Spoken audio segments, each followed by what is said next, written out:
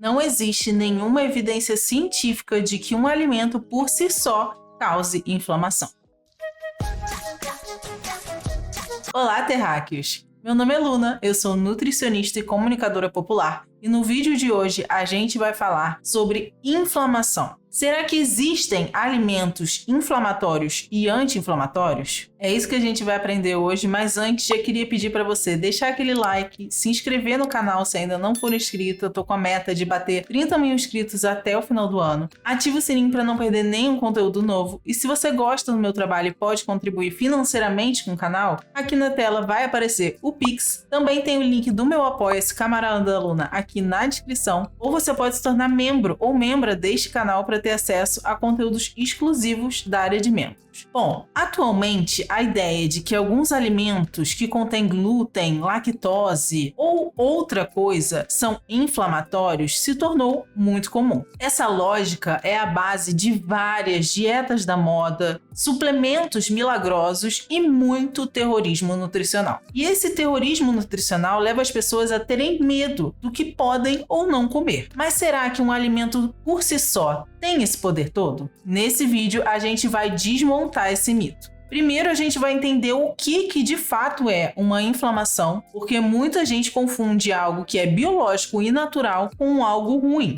Em seguida a gente vai analisar um por um os vilões, como o leite, e identificar qual é a diferença crucial entre leite e lactose, o tão temido glúten, as carnes vermelhas e também o açúcar. A gente vai ver o que a ciência tem para dizer sobre cada um deles. E por fim, vamos responder a pergunta que não quer calar. Existe algum alimento verdadeiramente inflamatório? E existe, então, uma dieta anti-inflamatória? Nosso objetivo com esse vídeo é clarear essas ideias na cabeça de vocês e mostrar que saúde não se conquista cortando nutrientes, mas sim entendendo o contexto. Então, vamos lá? Primeiro de tudo, o que é a inflamação? A inflamação é uma resposta natural do nosso corpo a qualquer tipo de agressão, que pode ser através de infecções como vírus e bactérias, traumas como quebrar um braço ou uma perna, queimaduras, inclusive pelo sol, toxinas ou doenças autoimunes. Elas fazem parte do sistema imunológico, dos mecanismos de defesa do nosso corpo contra alguns invasores.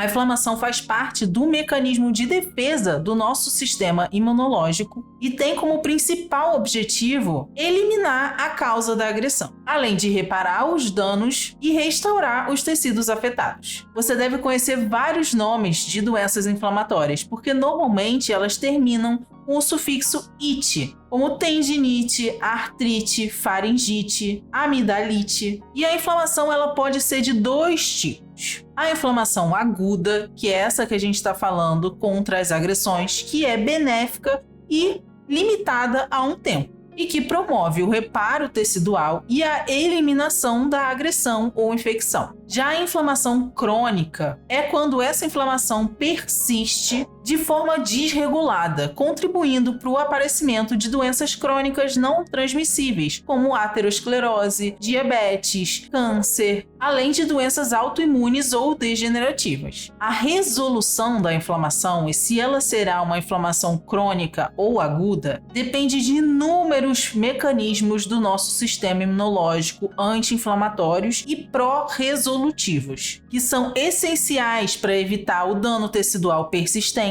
e o desenvolvimento dessa inflamação crônica, que essa sim é prejudicial para a nossa saúde. E é ela, inclusive, que está presente em situações como indivíduos com obesidade. Mas então toda inflamação é ruim? Não, como a gente viu, nem toda inflamação é prejudicial à saúde. Pelo contrário, se a gente não tivesse inflamação, seria impossível a gente se curar de um simples corte de papel na mão ou de um piercing no umbigo. A inflamação aguda, ela desempenha papéis essenciais no nosso organismo e é fundamental para a nossa sobrevivência, como a gente viu anteriormente. Por outro lado, a inflamação crônica, que é persistente, desregulada, ela é prejudicial e está associada ao desenvolvimento daquelas doenças crônicas não transmissíveis que a gente estava falando, como diabetes, obesidade, síndrome metabólica, câncer, entre outras. Portanto, o equilíbrio entre uma inflamação benéfica e uma prejudicial vai depender da intensidade, do tempo e do agente agressor, além do contexto fisiológico do indivíduo afetado. Então, alimentos específicos, eles podem ser inflamatórios? Certos alimentos podem sim ser considerados inflamatórios para a população geral e para certos grupos específicos de pessoas, como diabéticos, celíacos, entre outros. Desses alimentos que são mais inflamatórios, o primeiro de todos são os alimentos ultraprocessados, que são riquíssimos em açúcar adicionado, além de outros aditivos químicos.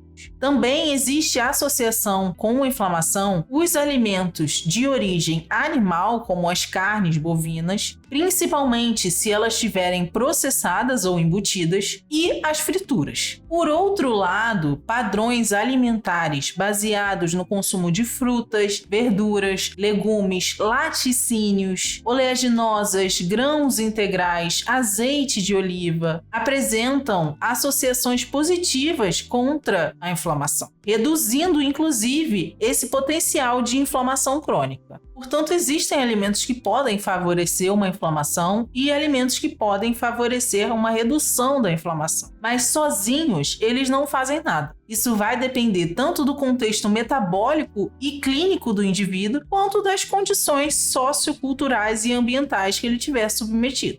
E agora a gente vai falar dos alimentos específicos mais falados que são inflamatórios, e o primeiro deles é o leite. Será que leite é inflamatório? Segundo os estudos, o leite não é considerado um alimento inflamatório para a população geral. Revisões sistemáticas e ensaios clínicos randomizados mostraram que o consumo de leite não só não aumentou marcadores inflamatórios em indivíduos saudáveis, e também com distúrbios metabólicos, como a maioria dos estudos aponta um efeito neutro ou até um efeito anti-inflamatório. Essa é a hora que certos nutris da internet gostariam de entrar pelo próprio toba. Mas é isso que a ciência diz pra gente. Agora, em indivíduos com alergia à proteína do leite, a caseína comprovada, o consumo pode, de fato, induzir uma resposta inflamatória. Mas isso só se aplica a quem é alérgico à proteína do leite. Agora, se você não tem nem intolerância à lactose, nem alergia à proteína do leite, não tem motivo nenhum para você parar de tomar nem leite, nem os seus derivados. Derivados, inclusive, como o iogurte e o queijo, que são fermentados e que, por isso, apresentam associação consistente com a redução de marcadores pró-inflamatórios. Portanto, com base nas evidências atuais que nós temos, o leite não pode ser considerado um alimento inflamatório, nem os seus derivados, e muito pelo contrário, a não serem indivíduos intolerantes ou que tenham alergia à proteína do leite. E aqui eu acho que cabe um ponto importante, a gente diferenciar o que é leite de o que é lactose, porque a gente vê muita gente por aí usando eles dois como sinônimos e não é não. O leite é um alimento de origem animal que vem das glândulas mamárias de animais mamíferos. Já a lactose é apenas um dos nutrientes do leite, no caso, um carboidrato, um disacarídeo, formado por glicose e galactose. A gente falou um pouquinho dessa diferença dos carboidratos no vídeo da Low Carb. Então, se você não assistiu, vou pedir para o Mikael deixar o card aqui para você ver e saber de tudo.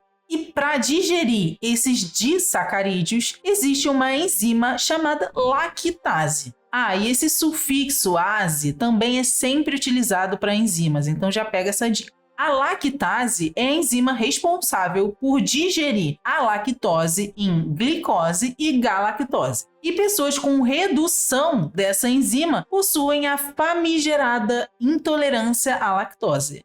Eu sou uma dessas pessoas, inclusive. Pessoas que têm intolerância à lactose, como eu, podem apresentar alguns sintomas, como diarreia e gases, quando consomem o leite ou os seus derivados com a presença da lactose. Ou seja, como a gente pôde ver aqui, isso é um problema na digestão, não um problema no sistema imunológico. Portanto, a lactose em si não pode ser inflamatória. No entanto, contudo, todavia, se você, assim como eu, é uma pessoa intolerante ou uma pessoa que tem alergia à proteína do leite, fazer o consumo do leite e dos seus derivados pode levar a uma inflamação secundária com dano crônico no seu intestino. Então vamos estar evitando, né? Nas pessoas que têm alergia à proteína do leite, existe um processo inflamatório de reação imediata, ou também pode ser tardia, que é a hipersensibilidade. Nesse caso, o nosso sistema imunológico reconhece as proteínas do leite como um invasor, um corpo estranho que não devia estar ali, e aí desencadeia toda a resposta inflamatória. E para você diferenciar a intolerância da alergia, os sintomas são bem diferentes. Na alergia, os sintomas mais comuns são os relacionados a uma crise alérgica. Então, coceira, vômito, aumento de muco e pode levar até a um choque anafilático. E agora, já que a gente falou do leite, vamos também falar do glúten. O glúten também não é um alimento por si só. O glúten é uma proteína que é formada durante a produção de alimentos como pães, massas, entre outros que levem farinha de trigo. É o glúten, inclusive, que faz o seu pão ficar bem fofinho e você aí dando hate nele. O glúten também não pode ser considerado inflamatório para a população geral, assim como o leite. Em indivíduos sem doença celíaca, ele pode sim causar um aumento na permeabilidade do intestino, só que temporariamente, sem consequências clínicas muito graves. No entanto, pessoas que têm diagnóstico de doença celíaca, que é uma doença autoimune, o glúten desencadeia uma reação inflamatória intensa no intestino. Mas se você não é uma pessoa celíaca, você também não tem por que parar de comer o glúten, porque para a maioria da população ele não tem justificativa para ser classificado como um alimento inflamatório. E a carne vermelha, a carne de boi, ela é inflamatória? Alguns estudos fazem sim a associação entre inflamação e o consumo de carne vermelha. Porém, o ponto principal aqui dessa associação que a gente tem que observar é o sobrepeso e a obesidade, além da presença da gordura saturada em fontes de proteína de origem animal. Não é só a carne de boi que tem gordura saturada. A carne de frango tem, o peixe tem, o salmão, esse salmão aí que você compra, que é de cativeiro, tem muita gordura saturada. Todas as proteínas de origem animal têm gordura saturada em quantidades bem parecidas até. Então, se você for fazer terrorismo nutricional com as proteínas, faz com todas de origem animal logo, não é só com a carne vermelha. Além disso, os estudos mostraram que em pessoas que eram obesas e consumiam muita carne vermelha, quando houve o processo de emagrecimento, essa associação sumiu ou foi reduzida. Ou seja, será mesmo que o problema é a carne vermelha ou a inflamação crônica gerada pelo processo da obesidade e síndrome metabólica? Além disso, uma coisa que a gente realmente precisa ficar de olho é no grau de processamento dessa carne. Como eu falei, carnes processadas como linguiça, bacon, salsicha, têm um efeito inflamatório muito mais pronunciado do que outras carnes de origem animal não processadas, devido ao uso de aditivos químicos, como corantes, emulsificantes, realçadores de sabor, entre outros aditivos que a gente chama de cosméticos.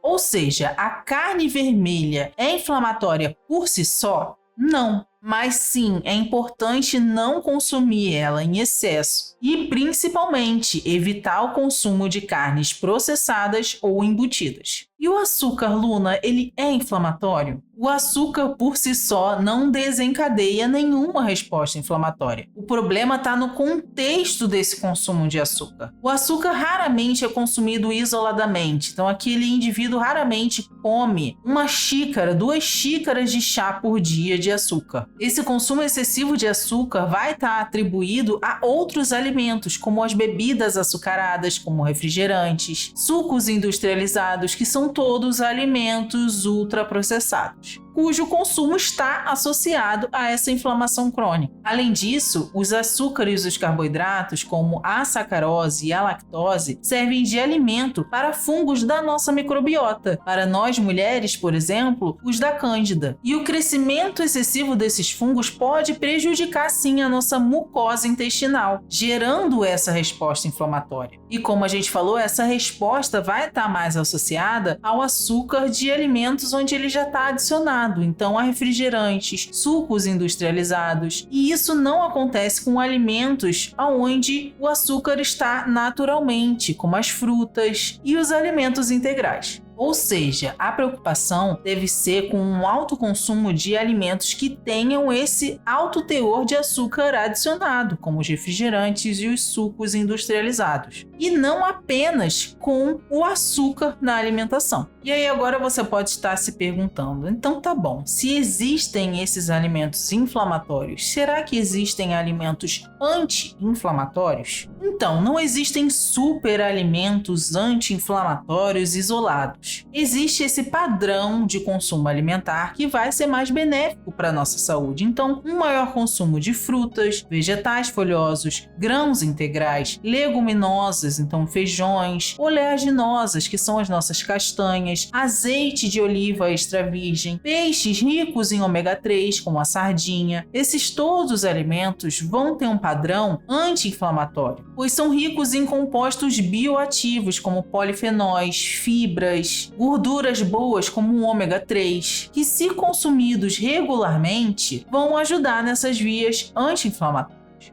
Tá, então você está dizendo que existe uma dieta anti-inflamatória? Absolutamente não. Não existe uma dieta anti-inflamatória específica. Que isso fique claro. O que existe é um padrão de alimentação saudável que é promovido, inclusive, pelo Guia Alimentar para a População Brasileira, que diz 4 regras de ouro para a gente. Fazer dos alimentos in natura ou minimamente processados a base da nossa alimentação. Vou deixar um vídeo curto que eu fiz diferenciando o que é cada um desses tipos. Utilizar óleos, gorduras, sal e açúcar em pequenas quantidades. Limitar o consumo de alimentos processados e evitar ao máximo o consumo dos alimentos ultraprocessados. O grande desafio dessas regras de ouro é esbarrar na realidade do trabalhador brasileiro que muitas vezes vive em ambientes de desertos e pântanos alimentares onde existe pouca ou nenhuma oferta desses alimentos in natura ou minimamente processados. Então, eu espero que, se você chegou até o final desse vídeo, você tenha entendido que os alimentos por si só não podem ser inflamatórios ou não. O que vai fazer com que uma pessoa tenha uma alimentação que seja mais anti-inflamatória vai ser o contexto da alimentação. Se ela tem mais alimentos in natura ou minimamente processados do que alimentos ultraprocessados, se essa pessoa consegue fazer um exercício físico, se essa pessoa está em sobrepeso ou obesidade, se as condições socioeconômicas, mentais dessa pessoa estão adequadas. Tudo isso vai contar para dizer se essa pessoa vai ter uma alimentação saudável ou não. Não é apenas um alimento isolado que vai dizer se essa pessoa vai estar inflamada ou não. Por isso, não deixe de comer nada nessas festas de final de ano. Aproveitem esses momentos únicos, especiais, de comensalidade e cultura alimentar e socialização com pessoas que se amam e estão unidas porque querem. E é isso, espero que vocês tenham gostado desse vídeo. Comenta aqui algum alimento que você achava que era inflamatório ou anti-inflamatório. Se tiver alguma outra dúvida, deixa aqui também nos comentários que eu vou ler e te responder. Já curte esse vídeo, se inscreve no canal que eu tô com a meta de bater 30 mil inscritos até o final desse ano. Ativa o sininho para não perder nenhum ensaio novo, que os ensaios estão muito bons. E se você gosta do meu trabalho e pode contribuir financeiramente com a continuidade desse canal, aqui na tela tem o Pix, na descrição do vídeo tem o link do meu Apoia-se, que é Camarada Luna, ou você pode se tornar membro, membra ou membre deste canal para ter acesso aos VODs das lives, tendo acesso aos conteúdos dos reacts antes deles irem pro ar, a vlogs exclusivos e as leituras radicais. E é isso, esse foi o último ensaio do ano. Eu espero que vocês tenham gostado dos ensaios desse ano, porque ano que vem vai ter muito mais. E é isso, beijos e até a vitória!